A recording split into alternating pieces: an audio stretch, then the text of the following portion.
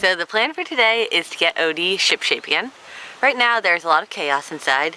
There's dishes to do, an entire month's worth of laundry because we haven't done laundry since before Inktober started. We need to change our sheets. We needed to empty the pee jar and the bathroom and clean the bathroom, refill our water tank, and drive 2 hours to the beach for our new location. I still have to draw because it's the morning. I haven't drawn yet. Yeah, today is like a van life reality day. It's all the chores that we do to make life possible, and things like that take just a little bit longer in the van. And they catch up on you, right? Mm-hmm. The chaos really feels like chaos because you're living in such a small space. So maybe Lou can show you the chaos in there. So our sink is draining very, very slowly, which is never a good sign. We got this. My section is a mess. This is a mess. This needs to get fixed. It's broken. This bed needs new sheets. We haven't had new sheets in like a month. Over here is not looking good. Dana's section kind of always looks like that. Hey! Yeah, we're gonna fix it.